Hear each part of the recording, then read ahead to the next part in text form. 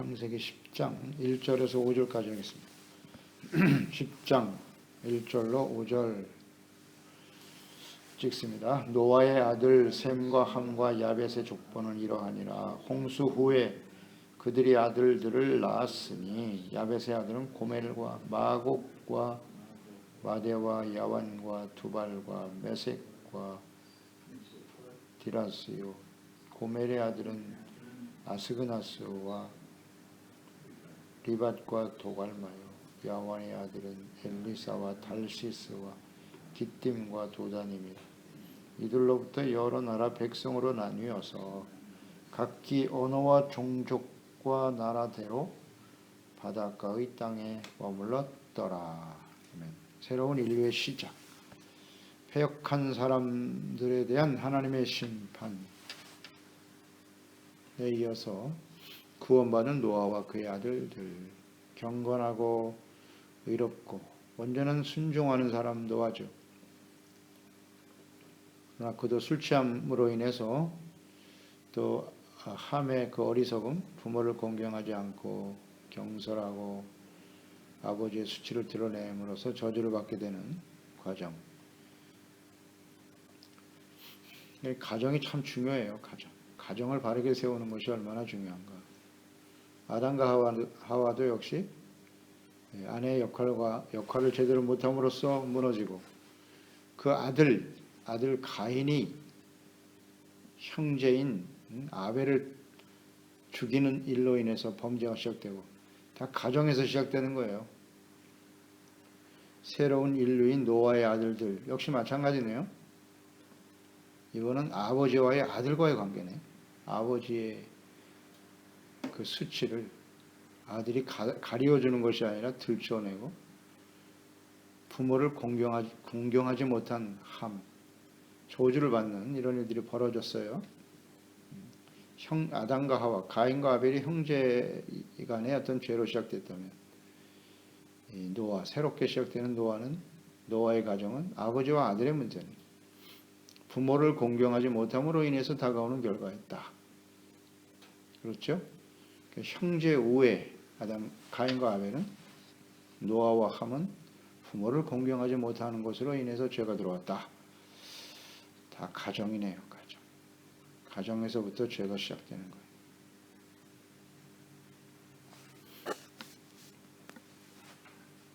부모의 흐트러짐 없는 모습을 마지막까지 어떻게 잘 지켜갈 것인가, 이게 관건이고, 우리 자녀들은 부모가 온전할 수는 없지만 근본적으로 공경, 몸가짐과 마음가짐을 조심스럽게 하고 잘 받들어 섬기는 사람들이 되어야 한다.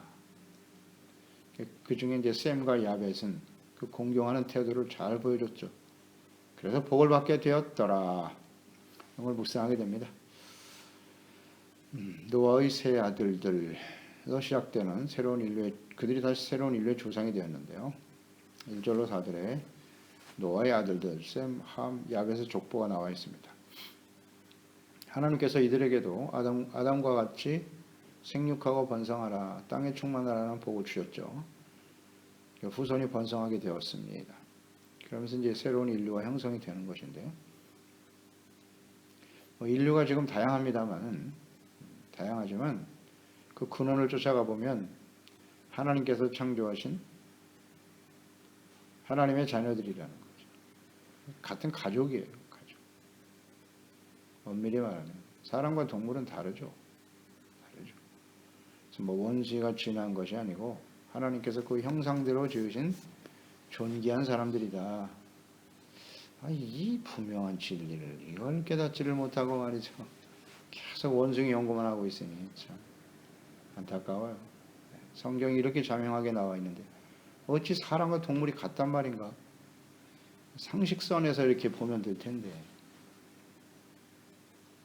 근데 과학을 한다는 사람들이 아주 고집이 세거든요. 교만한 거죠. 이거의 교만. 자기 생각을 끝까지 버리지 않으려고 그냥 몸부림을 치고 있는 거예요. 그 인간의 지식이라는 것이 사람을 이렇게 교만하게 만든다고. 이런 말에 귀를 기울일 줄 알아야 되지. 참. 창조라고 말하면 얼마나 무시하는지 몰라. 이 과학자들이. 그런 게 교만이에요. 교만. 어떻게 사람과 동물이 같냐. 참.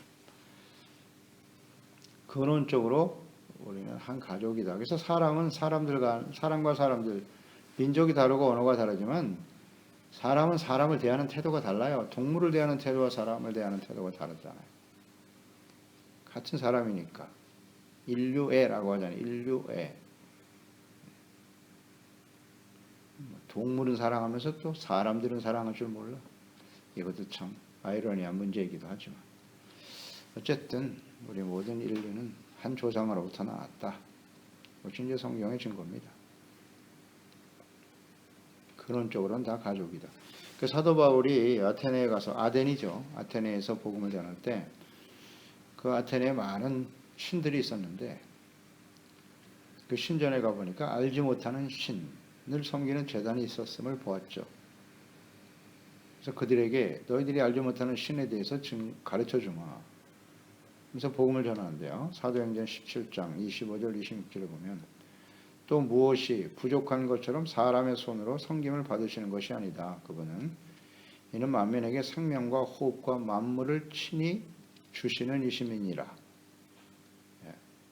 생명과 호흡, 근원이 되신 분이었다. 그 다음 인류의 모든 족속을 한 혈통으로 만드셨다. 이렇게 증거했어요. 창세기 말씀을 그대로 전한 거죠.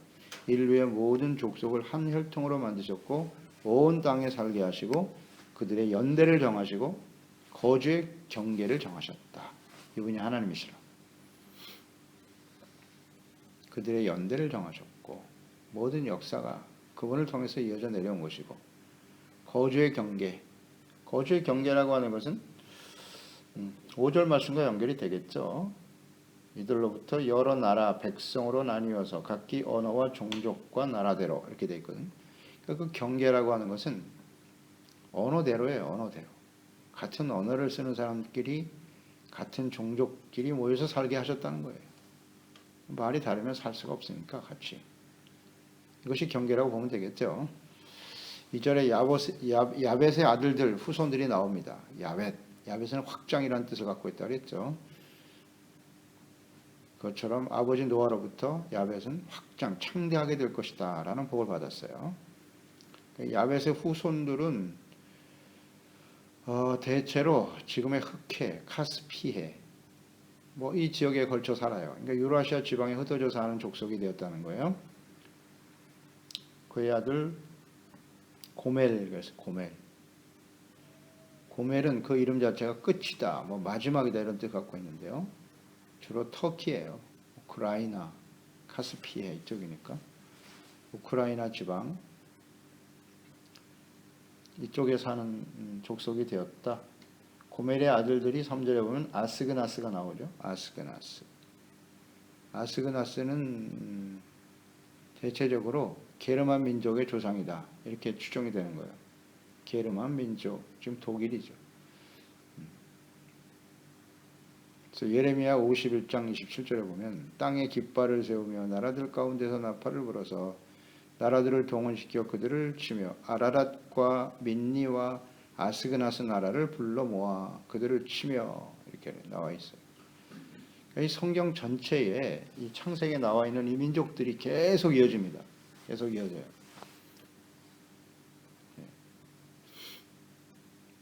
아라랏, 터키죠. 터키 지역이죠.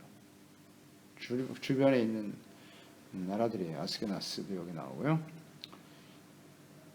그래서 카스피해 주변에 흑해와 카스피해 이 지역에 주로 살던 족속이에요. 마곡이 나오는데 마곡도 역시 흑해 동북 지역, 지금의 코카서스 지역이죠.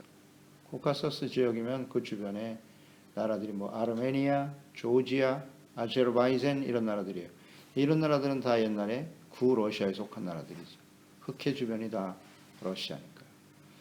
그런 나라들이었고 마대도 역시 카스피해입니다. 그 다음에 야완이 나오죠. 야완과 두발.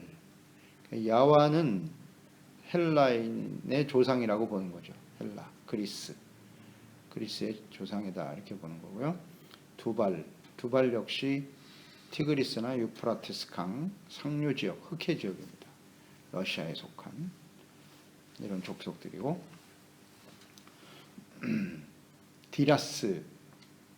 디라스는 에게해 주변이에요. 에게해 주변에 주로 거주하였다. 에게 주변에는 그리스도 있고 터키도 있고 불가리아, 루마니아 이런 나라들이 해요. 동유럽, 동유럽 쪽에 족속이다.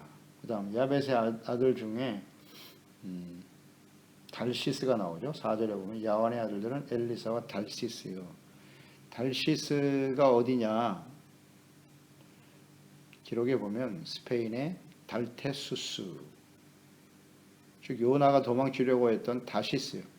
이 다시스를 달시스로 보는 거예요. 달시스. 이 야완의 후손 역시 스페인 족속들도 이 달시스의 족속이다 이렇게 본 거고요. 그다음 기띔이 나오죠.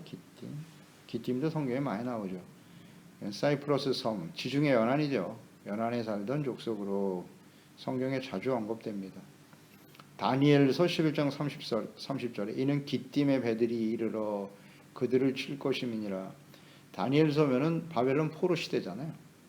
그러니까 이 창세기로부터 시작해서 바벨론 포로 시대까지 기띔은 계속 있었다. 기띔의 배들, 지중해 연안이죠. 이 지역에 살던 족속이다.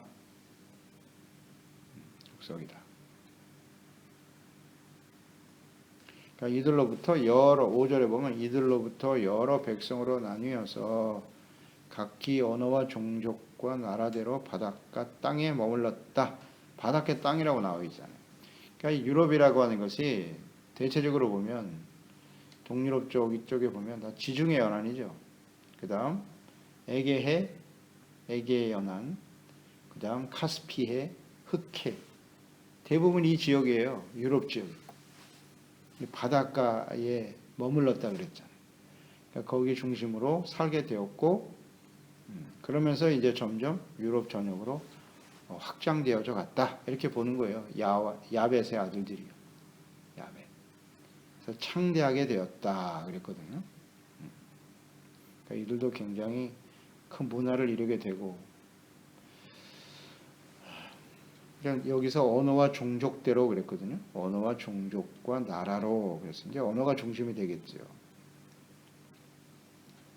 언어와 종족대로 흩어져 살았다.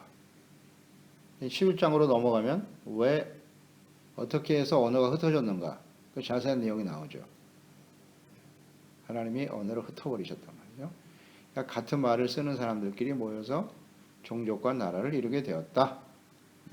그렇게 이어지는 겁니다.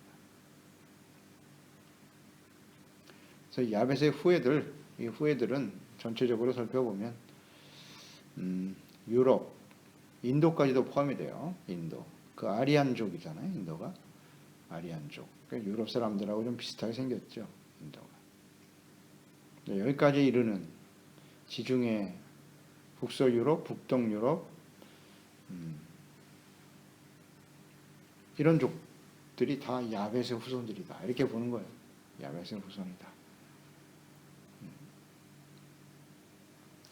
주로 이 바닷가 지역에 거주하면서 확장됐다. 이것이 이제 하나님께서 노아와 그의 아들들을 통해서 이루어지는 후손들이다. 그러니까 이런 주장들은 이제 성경을 근거로 하지만 요즘은 또 DNA를 이렇게 찾아내면은 이 족속이 어떤 족속인지 다 알 수 있잖아요.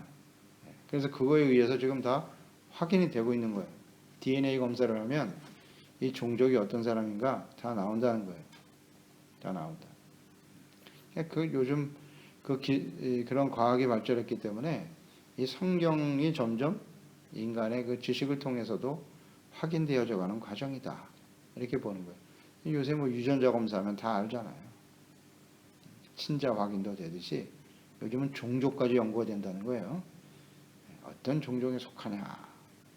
그래서 쭉 연구해서 들어가다 보면 결국 하나라는 사실을 알게 되겠지. 약간의 차이는 있겠지만 뭐 이런 것들을 우리는 깨닫게 됩니다. 그래서 이 성경은 그냥 신화가 아니고 역사입니다. 역사. 하나님의 말씀은 그래서 진리인 것이고 뭐 이 족속들이 지금까지 계속 흘러내려가 살고 있으니까요. 이어서 이제 함과 셈. 그러니까 이 순서를 보면 야벳을 먼저 기록하고 그 다음 함이겠죠. 제일 마지막에 셈이 나올 거예요. 셈. 셈족을 통해서 이제 하나님의 구속사가 이어져 가는 것이니까 이들을 먼저 언급한 후에 마지막에 셈의 후손들을 하나님께서 언급하시겠죠.